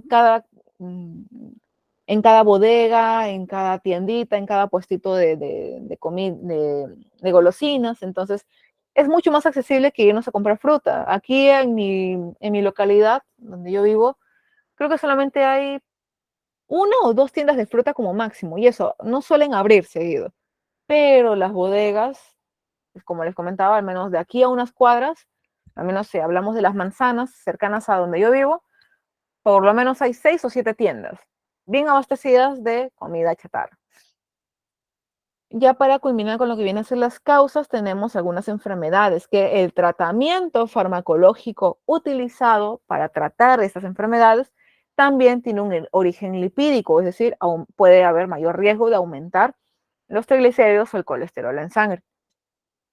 Ejemplo de ellas tenemos el hipotiroidismo, ¿no? El tratamiento farmacológico que se tiene también es de carácter lipídico, enfermedades hepáticas, lupus y también algunas terapias hormonales. Ojo, terapias, no es que uno quiso colocarse esteroides y digo que es mi terapia. No, terapia es cuando está prescrito, quizás la persona no está secretando la suficiente cantidad de cierta hormona y es por eso que tiene que someterse a algún tratamiento hormonal. Entonces, esa quizás directamente no tiene mucho que ver con nosotros porque hay muchas enfermedades que requieren de estos tratamientos y que no son crónicos, es decir, tampoco no es que dependan de nosotros, pero el resto de las causas sí dependen de nosotros. Depende de nosotros si usamos o no esteroides, a pesar de que mi amigo, mi vecino, mi compañero o compañera de gimnasio o de donde me estoy preparando físicamente lo utiliza, significa que yo lo voy a usar. No, siempre averigüemos muy bien, preguntemos si es que es necesario o no es necesario, o si es que hay otra forma. Consumo alto de alcohol, el sobrepeso y la obesidad, los antecedentes familiares, la diabetes, el bajo consumo de fibra, el sedentarismo, inclusive el síndrome metabólico, todos estos de aquí dependen literalmente, directamente de nosotros, dependen cómo manejemos nuestros hábitos saludables. ¿Cuáles son las consecuencias de estas dislipidemias en adultos? Tenemos, debido a que es como que se está poquito a poco estrangulando lo que viene a ser ese vaso sanguíneo, ya que ya no tiene este calibre, sino que aquí se colocó una placa ateromatosa, entonces no va a permitir el paso normal de sangre, no va a permitir una buena circulación. Puede tener afecciones cardiovasculares como infarto al miocardio, derrames cerebrales. También de lo que estuve hablando hace unos segundos, la aterosclerosis. ¿Qué es la aterosclerosis? Son placas ateromatosas en arterias que tienen naturaleza lipídica, es decir, es como que estas moléculas de triglicéridos y colesterol que están en nuestra sangre, se alojan en un cierto punto y se pegan, se colocan ahí y no permiten el paso normal de sangre, lo cual al paciente lo puede llevar a largo plazo, luego de estas enfermedades que hemos dicho que son muy graves, a la muerte prematura. Repito, no todos los pacientes con dislipidemia van a tener infarto, no todos van a tener derrames cerebrales, no todos van a tener quizás esta aterosclerosis, todo depende de cómo se maneje esa patología, el monitoreo, las recomendaciones, el tratamiento farmacológico, es decir, las pastillas o lo que tengan que consumir. Todo ello hace que estas consecuencias quizás ya no se den, sino que se trata el paciente adecuadamente y de ahí salgan sus valores normales. Todo varía según el esfuerzo que dé el paciente a su tratamiento farmacológico y nutricional. Por eso es que el que menos, el que pasa por medicina, dice, mira, tengo tus resultados de laboratorio, saliste con triglicéridos y colesterol elevados, interconsulta nutrición, para ayudar a los hábitos alimentarios, que no se preocupen que en unos minutitos también vamos a hablar de las recomendaciones, ¿no? De la terapia nutricional tiene que, eh, que tiene que brindarse para poder así mitigar un poquito esos efectos secundarios. ¿Qué alimentos tienen fibra? Me preguntan por aquí. Vamos a colocarlos aquí en una pequeña lista. Alimentos ricos en fibra. Si bien es cierto, esto lo iba a mencionar más adelante, pero igual les puedo dar un pequeño adelanto. Tenemos en primer lugar a las menestras, tenemos a los frutos secos, tenemos a las frutas, tenemos a las verduras y tenemos a los alimentos en su variedad integral. Hay el arroz integral, el pan multicereales, ¿no? Entonces, tenemos una amplia variedad de alimentos que son ricos en fibra y que no se preocupen que cuando veamos lo de las recomendaciones les voy a mostrar qué tanto de fibra tiene qué alimento. Algunos ejemplos, ¿no? Mínimo un ejemplo de cada uno les voy a poner para que nos podamos dar una cierta idea de cuánto de fibra estamos consumiendo si comemos este alimento u otro. ¿Ve? Una pregunta muy interesante. Les agradezco muchísimo por las preguntas que me están dejando por aquí por el chat. Siempre ayudan a que la clase sea más viva, más dinámica y también recordemos, si tenemos una duda, escribámosla. Quizás no solamente mi duda, quizás dentro de las personitas que ahorita somos, dentro de las casi 40 personas que estamos aquí en sala, quizás por ahí hay otra persona que también quiere preguntar eso, pero quizás no puede, está ocupada o quizás le da un poco de vergüenza. No tengamos vergüenza, estimados estudiantes, siempre preguntemos para poder así satisfacer nuestras dudas. Vamos a continuar con respecto a la frecuencia en Perú diagnosticada. Hay pacientes que no son diagnosticados y que ya tienen esta patología. No se sabe exactamente la cantidad, pero al menos en hombres diagnosticados es el 15.6% y en mujeres diagnosticadas 22.8%. Estas estadísticas, cabe resaltar, se han estudiado principalmente en adultos mayores. En adultos todavía es como que está todavía en cierta forma se está procesando lo que respecta a la información, ya que, repito, esta enfermedad se suele ver más en adultos mayores. Sin embargo, últimamente ya se ve hasta en adultos jóvenes, es decir, de 18 a 29 años, ya se ve estos diagnósticos de hipertensión, de alguna dislipidemia, que si tienen diabetes, si tienen sobrepeso o obesidad, ya se está viendo en poblaciones cada vez más jóvenes. Y eso, algo muy importante tomar en cuenta también, solo el 65% reciben tratamiento. ¿Qué pasó con el 35%, profesora? Muchos factores. Quizás un centralismo, ¿no? Que ya solamente se concentran las medicinas solamente aquí en Lima y no se extiende a otros lugares. Puede ser que haya un mal manejo a nivel económico con respecto a lo que viene a ser salud, el presupuesto. Puede ser que la medicina llegó, pero se caducó porque no hubo una buena rotación. Quizás la medicina no llega a todos los centros de salud. Quizás el paciente dejó el tratamiento, ya no quiso seguirse tratando, entonces simplemente está a la deriva el paciente. Quizás no hay suficiente personal. Hay muchas causas por las cuales no se trata a todos los pacientes, al menos aquí a nivel nacional. Vamos a ver si por aquí hay alguna otra consulta o duda. Sí, con respecto a lo que viene a ser el riñón, debido a que este se encarga de filtrar lo que viene a ser la sangre para poder así separar en cierta forma, ¿no? Ya, esto es sangre, acá hay nutrientes, estos son desechos, estas son toxinas. Una dieta con elevadas cantidades de proteínas sin hacer actividad física y que simplemente yo estoy consumiendo mi pote de proteína en polvo solamente porque, no sé, porque leí que es bueno y tal, pero no hago actividad física, no genero mayor atrofia muscular, hipertrofia muscular, perdón, entonces simplemente estoy consumiendo, todas esas toxinas, tiene que estarlas separando en lo que viene a ser el riñón y ahí se afecta a largo plazo y de forma negativa. La sal también hace que el riñón se dañe más rápidamente. De ahí, principalmente esas son sustancias que suelen dañar al riñón. La glucosa también, una elevada cantidad de glucosa en el organismo, también va a llegar a un punto en el cual el riñón ya no va a funcionar adecuadamente y va a dejar pasar la glucosa en sangre. Si hay glucosuria, que viene a ser la presencia de glucosa en sangre, hay una alta probabilidad que el paciente tenga diabetes, puesto que la glucosa no debe pasar a la orina. La glucosa tiene que permanecer en el organismo. Si es que hay una falla en la filtración, el riñón está pasando por un mal momento o ya se está afectando. Con respecto al ají, no afecta directamente, o sea, no, todavía no se ha descubierto científicamente hablando alguna evidencia que certifique que el ají daña lo que viene a ser el riñón. Sin embargo, vamos a ver este condimento un poquito más adelante en la siguiente enfermedad que vamos a tocar, que viene a ser la gastritis, ¿no? Ahí sí afecta directamente lo que viene a ser la mucosa gástrica. Vamos a ver con respecto a gastritis. ¿Me permiten un segundito, estimados estudiantes?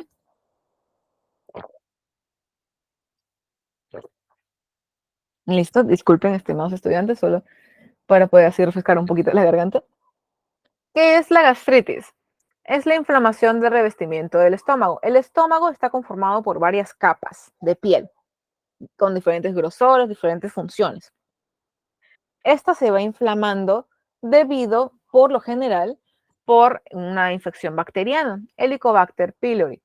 Por eso, dentro del tratamiento de los pacientes farmacológicos en pacientes con gastritis, casi siempre se suele recetar algún antibiótico, también un inhibidor de bomba de hidrógeno, mejor dicho, un antiácido.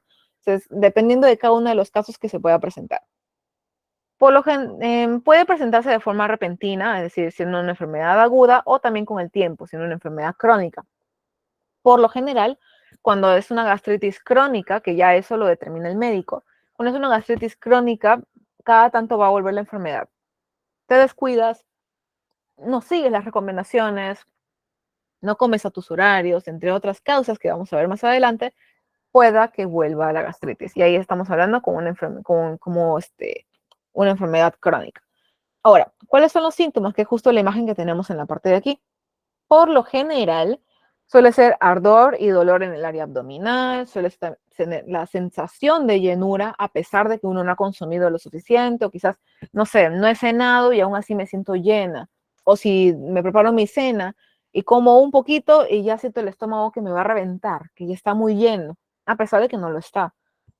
También otros síntomas suelen ser los eructos, las náuseas constantes que pueda tener el paciente debido a que no va a digerir adecuadamente los alimentos.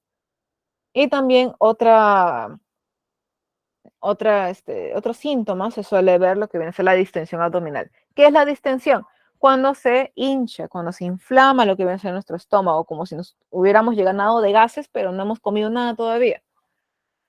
Ahora, algo muy importante es que no todos los pacientes con gastritis van a tener la misma sintomatología.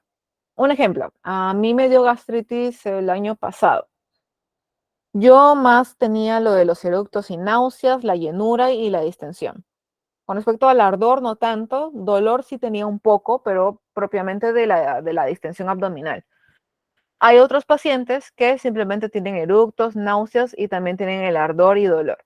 Entonces, varía mucho según cada paciente, según cada persona. Por eso las recomendaciones nutricionales y de los hábitos alimentarios siempre se hacen de forma personalizada, ya que la misma enfermedad en dos pacientes que tienen la misma edad, el mismo sexo, el mismo peso, la misma talla, los tratamientos van a ser distintos a pesar de ello, porque cada uno de ellos presenta o presentará sintomatología distinta.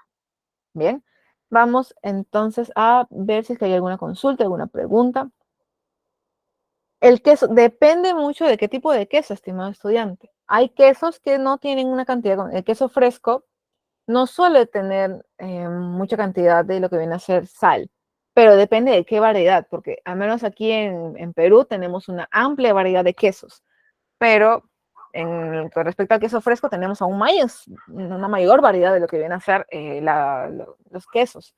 Siempre tenemos que procurar que sea un queso con menor cantidad de sal, que sea el menos salado posible. ¿Bien? Y tampoco agreguémosle sal, ¿no? Digamos, sí, yo compro un queso que es bajo en sal, pero le pongo sal encima. No, pues, estimado estudiante, tiene que poner también de su parte. Em, entonces, hay quesos que no tienen una cantidad considerable de sal, en realidad son bajos en sal. Procurar siempre consumir el que sea menos salado y el menos untable. Un dato muy adicional que, si bien es cierto, lo iba a mencionar más adelante, pero hablando de los quesos, el queso, mientras más untable es porque tiene mayor cantidad de grasa, debido a que la grasa permite que sea untable. Un ejemplo, la mantequilla es untable por lo general, debido al elevado contenido de grasa que tiene. Entonces, el queso, mientras más grasoso, mientras más mantecoso, mientras más untable, que parece mantequilla, es porque tiene mayor cantidad de grasa y lo más probable es que también tenga mayor cantidad de sodio. Entonces, procura que sean quesos frescos y que tengan menor cantidad de sodio posible para que así podamos aprovechar el aporte de proteínas que tiene. Inclusive, vamos a hablar las recomendaciones, todo, y les voy a mostrar rápidamente algunos alimentos para poder así, más que nada, responderles a sus preguntas, ¿no? Por ahí me preguntaron qué alimentos son ricos en fibra, les voy a mostrar con todo y tabla, porque van a decir, no, la profesora se ha inventado ese dato, porque yo vi en tal programa o en tal medio social que, no sé, que la betarraga tiene alta cantidad de hierro. Un ejemplo clásico. Vamos a ver la tabla peruana de composición de alimentos, que es así tal cual, según estudios que han hecho un gran equipo, ¿no? Para poder ver la composición de los alimentos, que ahí mismo nos colocan la cantidad de fibra. Entonces, va a variar dependiendo del origen de la enfermedad. Depende del origen, depende también de si es que es agudo o que si es crónico, depende de cada persona en realidad. Hay pacientes que quizás a un inicio no van a tener ninguna sintomatología, pero ahí poco a poco, mientras se va agravando lo que viene a ser la enfermedad. ¿Ello por qué? Porque es complicado a veces curar lo que viene a ser la gastritis, debido a que el estómago por sí mismo tiene que secretar ciertos ácidos para poder digerir los alimentos. Entonces, es como si tuviésemos una pequeña herida abierta, o una herida, una pequeña inflamación. Al estar en contacto constante con ese ácido, porque tenemos que digerir los alimentos, aún va a ser más difícil poder curarlo al 100%. Entonces, por ello que se les invita siempre a hacerse análisis, no es que yo diga, uy, estoy con el estómago un poco inflamado, de seguro es gastritis, voy a tomar esto, no nos automediquemos, tenemos que preguntar al médico para que nos dé un diagnóstico certero y un tratamiento con respecto a nuestra patología. Por el Helicobacter pylori tiene una sintomatología diferente al de un paciente que han consumido muchos antibióticos. Mm, Varía, pero en esencia son similares, ¿no? Si bien es cierto, en realidad la sintomatología, repito, depende de cada uno de los pacientes, pero a veces en lo que viene a ser el consumo excesivo de los antibióticos es un irritante para el estómago, pero no es el desencadenante. Pues, por lo general es ese consumo excesivo de antibióticos más otros factores más. De por sí, no solo de antibióticos, sino también de otras pastillas, de otras medicinas, perdón. Vamos a ver las causas y consecuencias. Dentro de las causas que justo han mencionado por ahí sus compañeros, comida muy condimentada, tenemos el ají. El ají lo que hace es irritar la mucosa del estómago, así como condimentos excesivos en la comida. Como yo no digo que debemos simplemente echar un poquito de sal a la comida y ya está, y que sea insalubre. No necesariamente, pero sí tener cuidado con esos consumos excesivos y frecuentes de comida muy condimentada, comida con mucho picante, puesto que también daña a las paredes de lo que viene a ser eh, el estómago. Más bien, una disculpa, me parece que aquí un pequeño error con respecto al título. Sin embargo, recordemos, estamos hablando netamente de la gastritis. Tenemos un consumo elevado de alcohol, de drogas, de gaseosa y de té, de café, como sustancias irritantes de la mucosa. Estas cuatro de aquí, gaseosas, té, sustancias alucinógenas, alcohol, alimentos muy condimentados, el tabaco, las grasas, el café, todas ellas son sustancias que irritan de por sí al estómago, y el consumo excesivo y constante de estas sustancias van a seguir irritando e irritando e irritando el estómago hasta que llegue un punto en el cual, como diagnóstico médico, gastritis. Tratamiento, un mes, 2 meses, variando, claro está, según cada paciente, según la gravedad que tenga. Por ahí quizás haya ya inclusive hecho úlceras, que ya viene a ser una herida tal cual que tiene que tener otros cuidados. El uso no medicado de analgésicos, de antibióticos, de cualquier otra medicina también irrita negativamente el estómago. Tener mucho cuidado, no nos automediquemos. Falta de horarios para el consumo de alimentos. Esto tiene mucho que ver con el ciclo circadiano. ¿Qué es el ciclo circadiano? Cuando nuestro cuerpo ya está acostumbrado a ciertas rutinas, a ciertos momentos. Un ejemplo, yo desayuno entre las 7 y 8:30 de la mañana, almuerzo entre las 12 y 1 de la tarde y ceno antes de nuestra clase, más o menos a eso de las 6, 7 de la noche. Entonces, mi cuerpo ya está acostumbrado, ya hice una rutina con respecto a los momentos en los cuales yo consumo mis alimentos. Ay, me olvidaba, una media tarde la suelo consumir a las 2, 3 de la tarde aproximadamente. O si no, a veces una media mañana, ¿no? Dependiendo de algunos días. Entonces, nuestro cuerpo se va acostumbrando. Por tanto, mi estómago a las 7, 7:30 ya va a decir, ya viene la comida. Entonces va a comenzar a secretar los ácidos. ¿Qué sucede cuando yo me salteo el desayuno, me salteo el almuerzo y recién ceno? ¿O qué pasa si es que yo ceno, pero me salteo el desayuno y el almuerzo y estoy así, solamente como una comida al día, hago un ayuno de 12, 14, 16 horas, según yo, para bajar de peso, pero repercute negativamente en nuestro ciclo circadiano, ya que se va a seguir secretando ese ácido, el estómago va a secretarlo y no va a haber alimento que digerir, entonces directamente va a tener contacto este ácido con las paredes del estómago. Va a hacer que esto se irrite, se inflame o en el severo de los casos puede causar también úlceras, heridas abiertas en el estómago, imagínense. El estómago, ¿qué sucede? ¿Cuál es la complicación de tratar estas úlceras? Es como que estamos echando estos ácidos constantemente a una herida y no va a haber momento en el cual pare, debido a que yo consumo los alimentos y no tengo otro estómago, no tengo otro órgano para digerir los alimentos. Entonces, es por ello también la complicación y es por eso que a veces este tratamiento se suele alargar bastante, debido a que el estómago constantemente va a recibir esa carga, ¿no? Esos ácidos. También otras causas vienen a ser desórdenes alimentarios, ¿no? Que eso ya tiene una implicancia también a nivel psicológico. Y la causa más frecuente, la infección por Helicobacter pylori. Las consecuencias de lo que viene a ser la gastritis en adultos, como les estoy mencionando, ¿no? Es como que a la herida constantemente la sigo sometiendo a ácido tras ácido, tras ácido, tras ácido. ¿Qué va a suceder? Va a generarse una herida que tiene que curarse y que eso demora, que son llamadas úlceras gástricas. También úlceras duodenales, ¿no? A nivel del intestino. Puede causar, debido a estas úlceras y al tratamiento de por sí que tienen los pacientes con gastritis, ¿qué va a suceder? Hay ciertos tratamientos que no van a permitir una buena absorción del hierro, entonces pueden generar anemia ferropénica también. Tanto por el diagnóstico, un ejemplo, si es que afecta al duodeno, si hay una úlcera en el duodeno, va a afectar la absorción de hierro, de vitamina B12, entre otros factores por los cuales nos puede dar anemia. Obstrucción intestinal también es otra de las consecuencias. Y para finalizar, una mayor predisposición a cáncer gástrico y de esófago, ¿no? Si es que no se cura, si es que no se toman en cuenta las medidas, los cuidados que nos menciona el médico o el nutricionista, o ambos, puede haber una mayor predisposición a estas enfermedades neoplásicas que son graves y fatales en muchos casos. La frecuencia es que 8 de cada 10 peruanos tuvo o tiene en la actualidad gastritis. Estudios realizados tanto en MINSA como en Damasco Herol, precisan que las infecciones por Helicobacter pylori son la mayor parte de los casos, el 30 a 90% de los casos. Y muy frecuentemente esta infección por el Helicobacter pylori es causada por el agua contaminada. Profesora, ¿y cómo así tomé agua contaminada?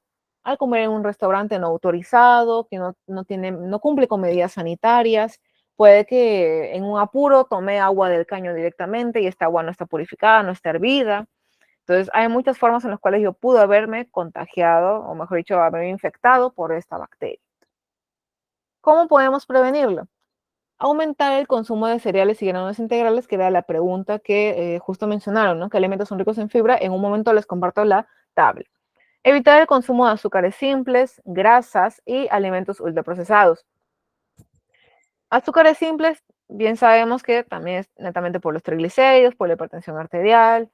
¿no? Principalmente suelen ser los causantes el consumo de de estas enfermedades crónicas, también de diabetes, también de sobrepeso y de obesidad. Grasas, sodio y también alimentos ultraprocesados afectan negativamente a también lo que es nuestro estómago. Las grasas también son como son sustancias irritantes para el estómago. Y alimentos ultraprocesados debido al contenido excesivo de azúcares, grasas saturadas y también de sodio. Por eso acá coloqué una X con respecto a los embutidos. Profesora, pero es que eso tiene proteína. Mayor cantidad, mayor porcentaje tiene de grasa y de sodio, debido a que para realzar el sabor utilizan el sodio. Incrementar el consumo de frutas y verduras. También evitar el consumo excesivo de alimentos irritantes al estómago.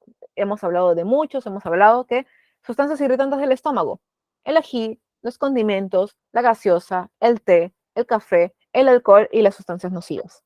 Son algunos de los tantos alimentos que irritan a la mucosa del estómago y que pueden causar a largo plazo gastritis o, en el severo de los casos, úlceras. Fomentar la actividad física ayuda a regularizar lo que viene a ser el azúcar en sangre, a bajar de peso, ayuda a regularizar la presión arterial, ayuda con respecto a las dislipidemias. Entonces, ¿por qué no, estimados estudiantes? Tratemos siempre de hacer actividad física. En adultos, mínimo 150 minutos semanales, es decir, 20-25 minutos diarios. En adolescentes y niños es 1 hora diaria de actividad física. Pues es una de las recomendaciones de la OMS. Mencioné ya con respecto al consumo de estas sustancias nocivas, ¿no? Del alcohol, del tabaco, de sustancias alucinógenas. Planificar las comidas de cada día y establecer horarios ayuda bastante para poder prevenir lo que viene a ser la gastritis, ¿no? Si hablamos netamente de gastritis, evitar consumo excesivo de alimentos irritantes al estómago, evitar el consumo de alcohol, tabaco y sustancias alucinógenas, planificar las comidas del día y establecer horarios, hacernos unas pausas. Es importante comer, así que no lo dejemos para como segundo plano, nada de que no voy a desayunar porque no sé, se me pasó la hora, se me pegaron las sábanas, como se suele decir coloquialmente, cuando vamos a llegar tarde. No, siempre tener una cierta pausa para poder así consumir nuestros alimentos en la hora adecuada. Y algo muy importante, no te automediques, acude al médico ante cualquier sintomatología, debido a que los medicamentos también irritan a la mucosa gástrica y que pueden causar a largo plazo gastritis. Vamos a ver si es que por aquí hay alguna pregunta ya final, ¿no? Ahorita nos hemos pasado unos minutitos, más bien disculpen por ello. Vamos a ver si es que hay alguna pregunta con respecto a... Sí, sí, más bien disculpen, sí, dice diabetes. Hubo un pequeño error con respecto a lo que es el tipeo, pero estuvimos hablando con respecto a lo que fue la gastritis, ¿no? Inclusive, si es que comparamos la diapositiva de las causas y consecuencias de gastritis, ¿no? Acá en realidad era gastritis, con las de diabetes son completamente distintas las causas y las consecuencias. Entonces, una disculpa nuevamente, estas eran con respecto a la gastritis, ¿no? Acá gastritis, causas y consecuencias. Igual la estructura siempre se ha seguido de esta manera, ¿no? Hipertensión, el concepto, causas y consecuencias, frecuencia. Lo mismo, dislipidemia, causas y consecuencias, frecuencia. Gastritis, causas y consecuencias, más bien una disculpa, ¿no? No es diabetes, es gastritis y frecuencia a nivel nacional, ¿no? Entonces, vamos a ver si es que por ahí hay una consulta. Dudo, ¿las frutas y verduras comerlas crudas no afecta la gastritis? Lo que pasa es que cuando el paciente tiene gastritis varía un poquito la frecuencia de consumo de estos alimentos. En primer lugar, hablando genéricamente de tratamiento en la gastritis, se suele recomendar comidas, una alimentación blanda. Es decir, la menor cantidad de fibra posible, lo más bajito posible, para no hacer trabajar en cierta forma el estómago, que no sean comidas muy condimentadas, que no sean comidas grasosas, que no tengan mucha grasa, no tengan mucho colesterol, hablando de la yema del huevo, un ejemplo, ¿no? Se suele evitar que se coloque dentro de la dieta. Se quitan las frituras, se quitan inclusive, dependiendo de lo afectado que puede estar el paciente, todo ello varía según la afección, según la gravedad de la enfermedad. En pacientes se suele también, con esta dieta blanda, reducir el consumo de lácteos, mejor dicho, quitar los lácteos temporalmente, debido a que estos tienen grasa y lo que no queremos darle al paciente es alimentos ricos en grasas. Entonces, ello varía según la gravedad de la enfermedad y la sintomatología que tenga el paciente. ¿Cómo se brindarían las frutas y verduras? Cocidas. en el caso de pacientes con gastritis que recién han sido diagnosticados y tienen toda la sintomatología o tienen la sintomatología ahí de forma actualizada, por no decir frecuente, es decir, tienen quizás distensión y ardor, quizás tienen ardor y también náuseas, ¿no? Entonces, si tienen esas sintomatologías que no le permiten tolerar bien los alimentos, se suele estilar a brindar alimentos cocidos, verduras y frutas cocidas, inclusive verduras se trata de disminuir un poquito por la que la fibra también estimula bastante lo que viene a ser el tracto gastrointestinal. Lo que queremos es que se lo lleve en cierta forma con calma, temporalmente, ¿no? Por la gastritis. De ahí ya luego se retorna a una alimentación completa, poquito a poco, dependiendo de la tolerancia del paciente. De ahí, con respecto a las conclusiones, tenemos que las enfermedades crónicas son más comunes en nuestra sociedad de lo que nosotros pensamos, ¿no? Viendo las estadísticas, la mayor parte de los que estamos aquí presentes hemos presentado en algún momento en lo que viene a ser la gastritis. Con respecto al sobrepeso, a la obesidad, a la diabetes, a la hipertensión arterial y también a las dislipidemias, son muy frecuentes en nuestra población. Tiene factores genéticos y otros factores que son secundarios. Se llama factores secundarios, al menos así lo mencionan las guías de MINSA. Factor secundario es aquel que se puede prevenir y que depende en realidad netamente del paciente. No es hereditario, no es genético, no, simplemente depende del paciente. Los factores más comunes para lo que vienen a ser las enfermedades que hemos visto el día de hoy y también en la clase anterior de enfermedades crónicas es el consumo excesivo de grasas, azúcares simples, falta de actividad física, el sobrepeso, obesidad, entre otras. Y para finalizar, la prevención de muchas enfermedades radica en mejores hábitos alimentarios, en mejorar, en corregir estos hábitos alimentarios y también una actividad física. Y bueno, hablando de forma adicional para lo que viene a ser la gastritis, tener horarios establecidos para poder consumir nuestros alimentos, mínimo 3 comidas al día, desayuno, almuerzo y cena. Por lo general se puede inclusive fraccionar en 5 comidas, que es lo más recomendable también para pacientes especialmente con diabetes, para mantener los niveles de glucosa en sangre adecuados. ¿Qué son esas 5 comidas? Desayuno, media mañana, almuerzo, media tarde y cena.